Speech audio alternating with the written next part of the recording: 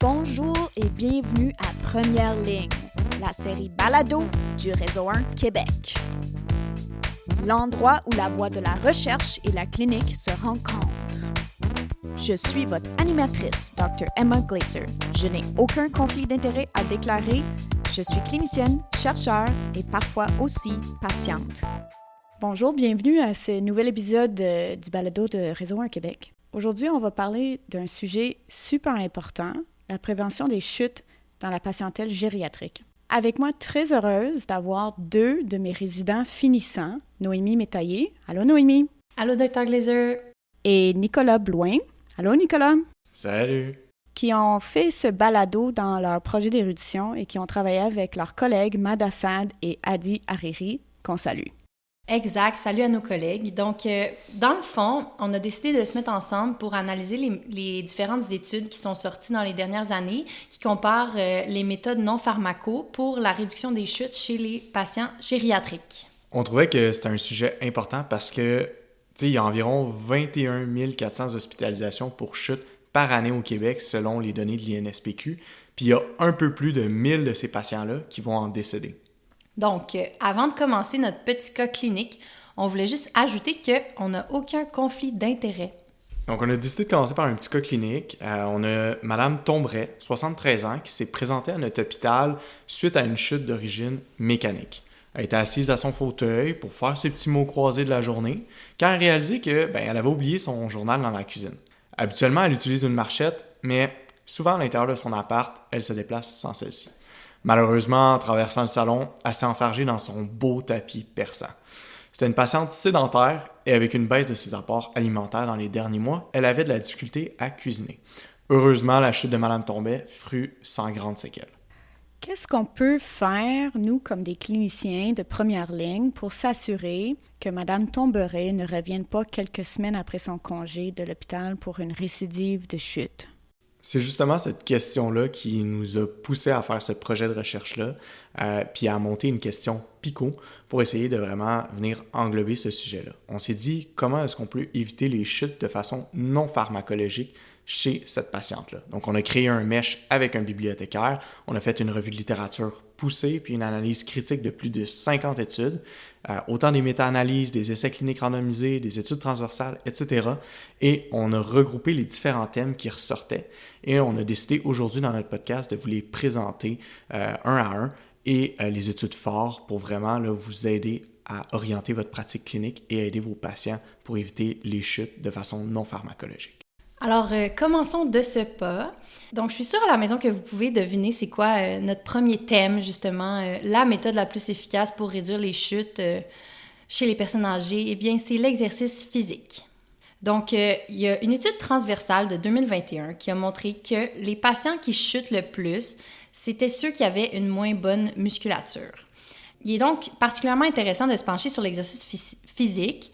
Puis c'est un élément qui est facile à étudier avec des ECR. Donc, ça nous donne des études de haute qualité avec peu de billets la majorité du temps. Donc, il y a le Tai Chi qui a été beaucoup étudié, le programme Otago ou différentes séries d'exercices qui visent à développer l'équilibre, la force. Puis, ça a été étudié à de multiples reprises, là, comme je disais, dans la littérature. Le Tai Chi, c'est ce qu'on a observé le plus dans les études, puis ça a fait ses preuves. Il y a une grosse méta-analyse de 23 ECR qu'on a regardé, qui a été faite en 2023, qui démontre, dans le fond, un effet significatif sur le nombre de chuteurs, avec une réduction du risque de chute. Si on ramène les chiffres en absolu, sur 100 patients qui pratiquaient le Tai Chi, il y en a 11 qui s'évitaient une chute, comparativement au groupe contrôle, qui faisait, dans le fond, des exercices d'étirement ou peu intenses, des soins usuels ou juste de l'éducation sur le bien-être. Le Tai Chi, ça améliore de multiples variables mesurant l'équilibre statique et dynamique, tant chez les personnes âgées adultes que chez les patients à haut risque de chute, donc des patients qui ont fait des AVC, par exemple. Il paraît que je vous ai bien entraîné. Je suis contente d'entendre les chiffres absolus. Donc, 11 qui s'évitent une chute sur 100, c'est quasiment meilleur qu'une bisphosphonate pour prévenir une fracture.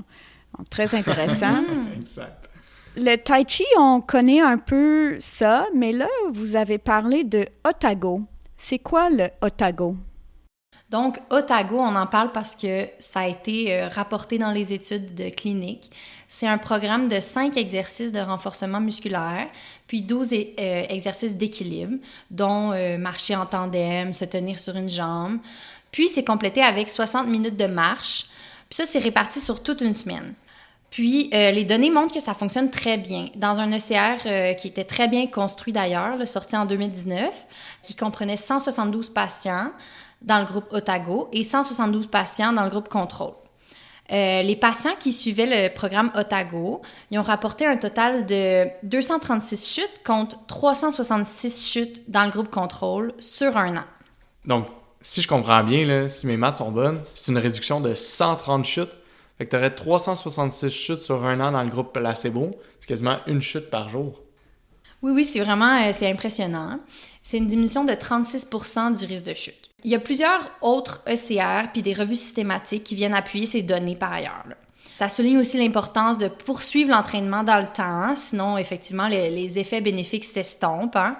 L'exercice en groupe aussi, c'est une méthode plus efficace que l'exercice à domicile tout seul là, pour réduire le risque de chute puis améliorer la qualité de vie en plus de briser l'isolement. Par contre, les chercheurs ils ont relevé qu'il y avait un petit problème d'observance. Puis ça, on se doute que c'est probablement dû au fait que les participants, ils doivent se déplacer pour aller à leur cours de tai chi versus le faire tout seul à la maison. Ça peut être un peu plus facile, mais ça a d'autres effets bénéfiques. Est-ce qu'on doit s'entraîner tous les jours? Parce que si oui, ça pourrait vraiment être un frein chez plusieurs de mes patients. Effectivement, chez moi aussi d'ailleurs. Mais c'est ça la beauté de la chose, c'est que les différentes études, ils pointaient toutes vers 2-3 heures par semaine réparties sur 2-3 jours. Donc, c'est beaucoup plus digeste. Puis, ça requiert peu ou pas d'équipement. Donc, tout le monde peut le faire chez soi. Puis, parlant de choses qu'on peut faire à la maison qui est super intéressant, c'est la recherche au niveau des exergames. Donc, les exergames, c'est des exercices qui se font en jouant à des jeux vidéo. T'sais, vous avez tous joué à la Wii, Wii Fit, etc. C'est un peu le même principe. Fait que les études ont analysé des plateformes maison ainsi que des outils mieux connus là, comme la Wii. Puis il y a eu 2 revues systématiques de 2019 et 2020 qui analysaient la question et qui démontraient toutes deux une augmentation de la force, de l'équilibre et du test Time Up and Go qui reflète donc la vitesse de marche là, des participants dans des tests standardisés. Par contre, les 2 revues systématiques ne pouvaient pas démontrer une réduction du nombre de chutes, qui est quand même l'élément qu'on essayait de refaire sortir à travers nos différentes analyses. Toutefois, il y a aussi une grande disparité dans les études à ce sujet-là, autant dans les 2 revues systématiques. Donc, on pense que s'il y avait des études de meilleure qualité, peut-être qu'on pourrait possiblement avoir des données significatives sur les exergames, puis peut-être que la prochaine fois que vous iriez voir votre grand-mère au CHSLD, elle sera en train de jouer à la Wii. J'ai l'habitude de prescrire la marche, mais pas la Wii, mais peut-être qu'on va intégrer ça. Donc, c'est quand même très convaincant ce que vous dites sur l'entraînement physique, puis je pense que c'est des données qu'on connaît pour plusieurs sujets en première ligne. Ça m'amène à réfléchir par contre à des patients qui ont de la misère à faire de l'exercice physique. Qu'est-ce qu'on peut faire pour ces personnes-là pour prévenir des chutes? Bien, c'est sûr que si on a de la misère à se mobiliser, peut-être aussi que ces gens-là ont besoin d'une aide technique. Okay? Donc, que ce soit une canne, une marchette, etc. Madame Tombray, là, notre patiente, c'est un exemple classique. Elle avait besoin de sa marchette, mais elle a oublié de la prendre pour aller chercher son journal qui était tout près d'elle. Bien, c'est ça que l'étude transversale Prevalence of Falls in Frail Elderly Users of Ambulatory Assistive Devices a mis en lumière. Cette étude a comparé 2 groupes similaires au niveau socio-démographique, mais il y avait un des groupes qui avait besoin d'une aide technique et l'autre, il n'y en avait pas besoin. Puis on comparait leur nombre de chutes. Eh bien, dans le groupe avec des aides techniques, il y avait une prévalence de chute de 78% contre 51% dans le groupe qui n'avait pas besoin d'aide technique. Mais ce qu'on remarquait quand on analysait l'étude, c'est que 85% des chuteurs dans le groupe avec des aides techniques n'avaient pas leur aide technique au moment de leur chute. Puis il y a plein d'autres revues systématiques qui viennent appuyer la nécessité de faire du bon enseignement sur l'utilisation des aides techniques ainsi que leur efficacité lorsqu'elles sont bien utilisées.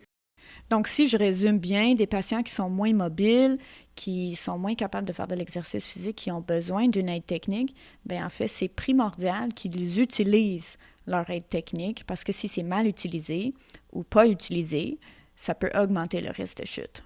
Mais exactement. Puis c'est là que nos collègues à l'hospitalisation, en physiothérapie, etc., sont super des grandes aides pour venir aider les patients à choisir une aide technique qui leur convient puis qui fonctionne bien dans leur quotidien. Justement, vous parlez des professionnels qu'on rencontre à l'hôpital dans nos équipes multi.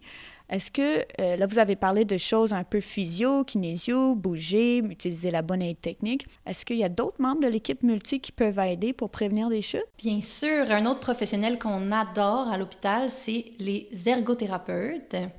Donc, on va parler d'une revue systématique brésilienne de 2016 qui montrait que les changements environnementaux par un ergo, donc on inclut là-dedans des lits plus bas, des bracelets pour appeler à l'aide, des changements ergonomiques de la maison, je pense à des tapis, des choses mal organisées comme ça.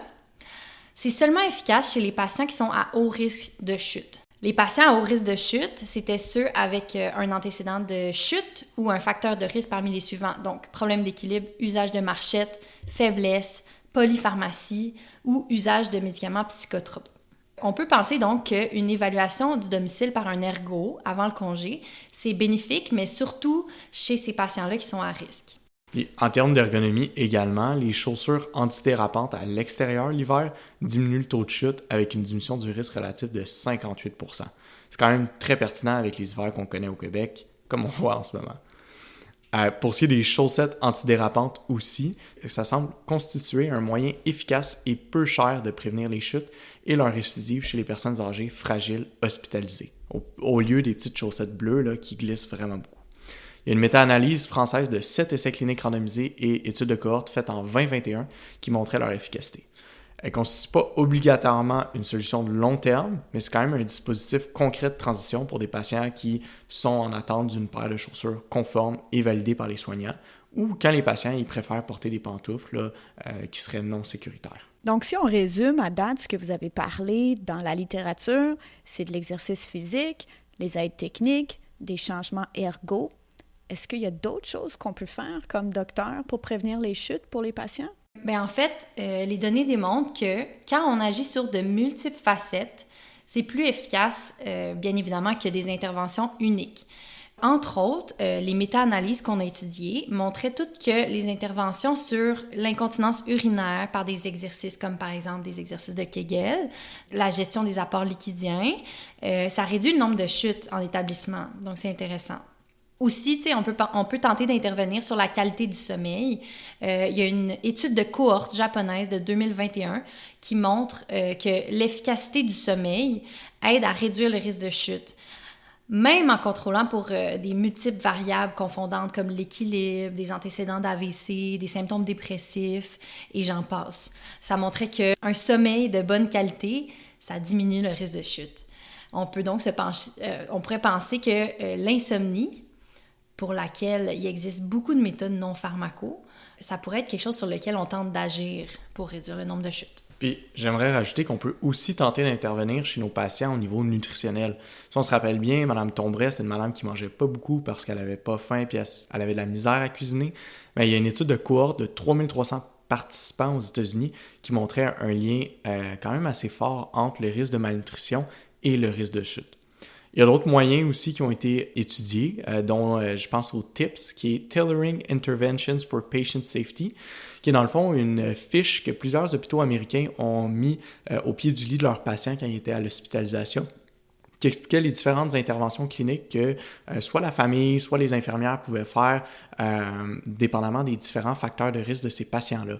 Le seul problème de cette étude-là, c'est qu'il n'a pas réussi à montrer de preuves significatives que ça réduisait le risque de chute, malheureusement. Je pense que ça peut vraiment pas nuire, par contre, pour la collaboration. Là. Maintenant, si on parle de la correction des troubles visuels, on a analysé une revue systématique et aussi une étude de cohorte qui se contredisent sur ce sujet-là. Évidemment, quand on pense à ça, c'est plus intuitif de penser que quand on corrige les troubles visuels, ça diminue le nombre de chutes, mais il y a 2 revues systématiques, toutes 2 bien construites, là, qui se contredisent sur ce sujet-là. Donc, le résultat est mitigé, on ne sait pas exactement. Dans le contexte, on ne peut pas trancher. Mais ça semble être quand même positif, là, ne serait-ce que pour la qualité de vie, de corriger les troubles visuels. Donc, il y a certaines méthodes qui semblaient inefficaces dans les études qu'on a revisées. Entre autres, la musicothérapie ne semblait pas réduire le risque de chute de façon significative, quoique bien agréable. Donc, c'est un excellent résumé et je trouve que c'est un sujet qui se porte super bien pour la première ligne parce que c'est vraiment sur toute la personne qu'on peut agir dans la gestion non pharmacologique. Donc, une vision holistique de la médecine familiale est bien placée pour agir dans la gestion non pharmacologique des chutes.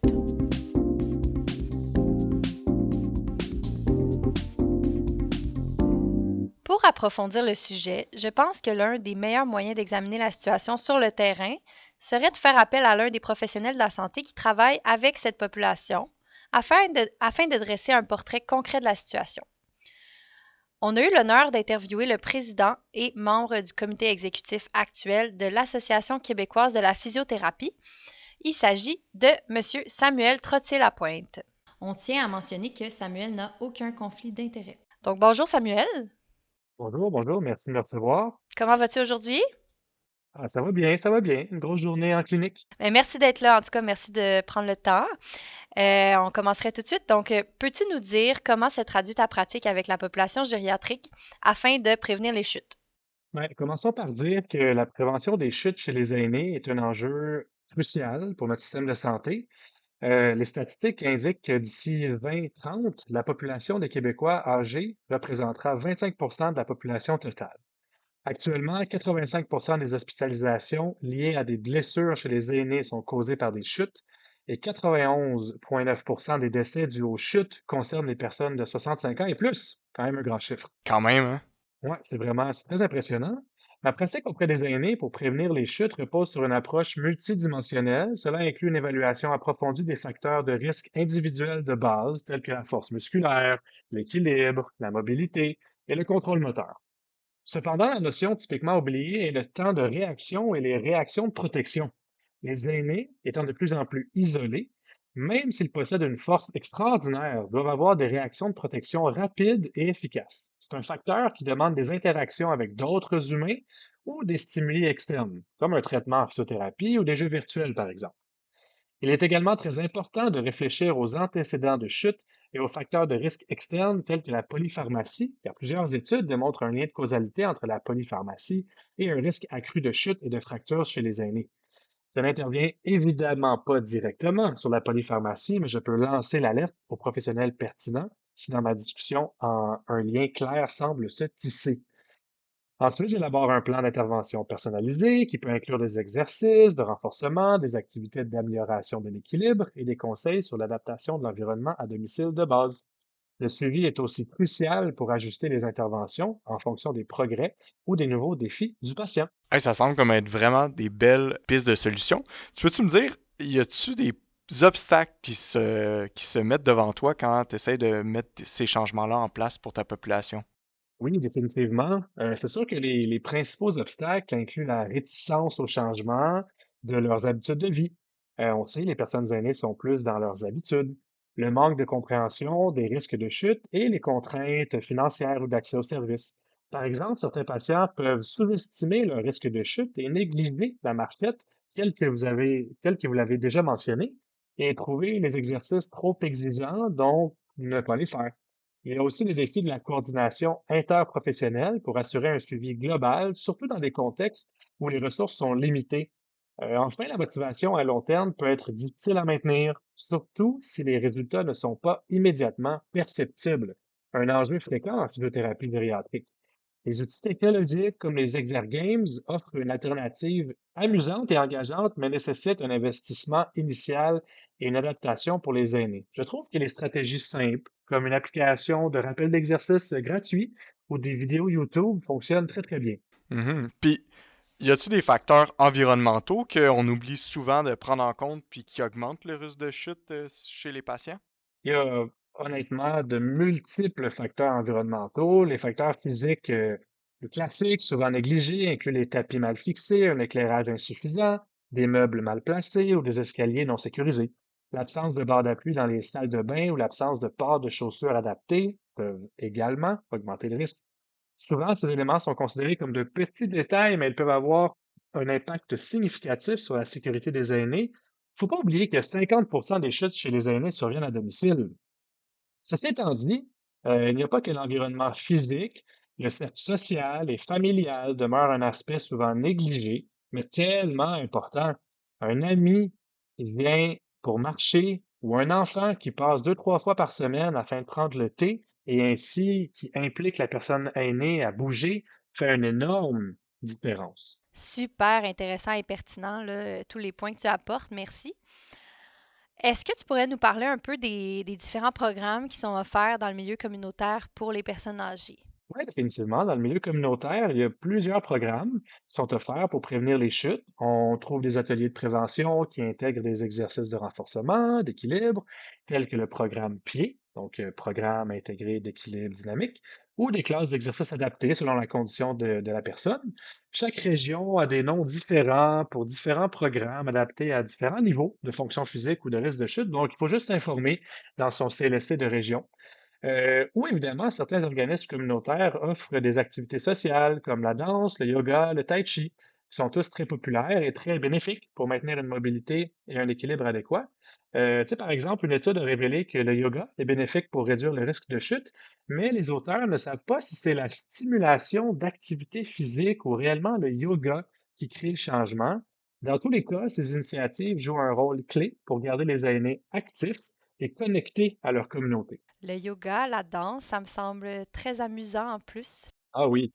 Est-ce que tu aurais un dernier conseil pour nos auditeurs qui aimeraient attraper quelques concepts clés pour leur pratique? Ouais, ben moi, je vous dirais, s'il y a une chose à se souvenir, le principal conseil est d'adopter une approche proactive. Il ne faut pas attendre qu'une chute survienne pour agir, car une chute est un prédicteur significatif de la perte d'autonomie et la moitié des personnes âgées qui survivent à une fracture de hanche, fracture que l'on sait comme étant beaucoup trop fréquente dans la population gériatrique, ne récupérera jamais complètement leur autonomie fonctionnelle.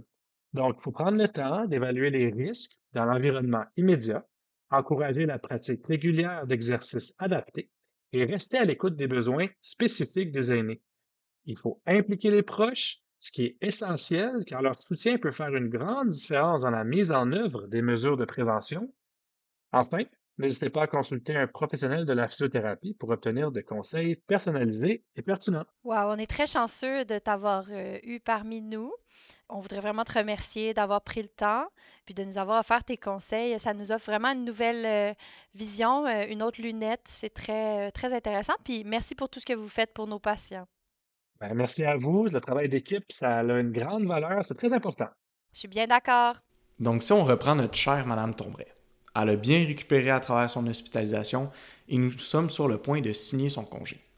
Pour diminuer les risques de récidive de chute, nous lui conseillons un programme d'exercice. Plusieurs CIUS offrent des programmes dont le programme PIED, programme intégré d'équilibre de la démarche, qui est gratuit et qui offre un service de suivi pendant 12 semaines. Père Hospite, après que la physiothérapeute s'est assurée que la réadapte physique de la patiente était adéquate, que l'ergothérapeute de l'étage a vérifié que l'aide technique était adaptée et que madame l'utilisait bien, elle a aussi insisté sur l'importance de l'utiliser lors de tous ses déplacements. On a aussi impliqué l'ergo du CLSC de sa région pour une visite à domicile qui risque probablement de retirer le beau tapis bleu perçant de son salon. Madame Tombray aussi, elle mangeait peu depuis quelques temps, donc parce qu'elle n'avait pas l'énergie de se faire des bons repas. On a donc instauré un service de popote roulante pour maximiser ses apports et la nutritionniste à l'hôpital lui avait suggéré de continuer à prendre des boissons enrichies. Je pense que cela remet de l'avant la majorité des points importants sur lesquels nous pouvons agir en tant que médecin de famille, autant à l'hospitalisation qu'à l'externe, pour réduire le risque de chute par des méthodes non pharmacologiques dans notre population gériatrique. Merci à tous d'avoir participé à ce podcast. Merci à tous d'avoir écouté. On espère vraiment que les résultats de notre projet, ça va vous être utile dans votre pratique quotidienne puis que ça pourrait vous permettre d'améliorer la prise en charge des patients gériatriques qui nous tiennent tellement à cœur. Merci à vous. Et dans le cadre de leur projet, nos résidents ont compilé plusieurs ressources, des références. Donc, vous pouvez aller chercher ça sur le site web. Et on vous remercie vraiment beaucoup de votre écoute. Prenez soin de vous. Merci d'avoir été avec nous pour cet épisode de notre balado diffusion. Cette série est produite par moi-même, Emma Glaser, avec la musique de Lee Rosevere.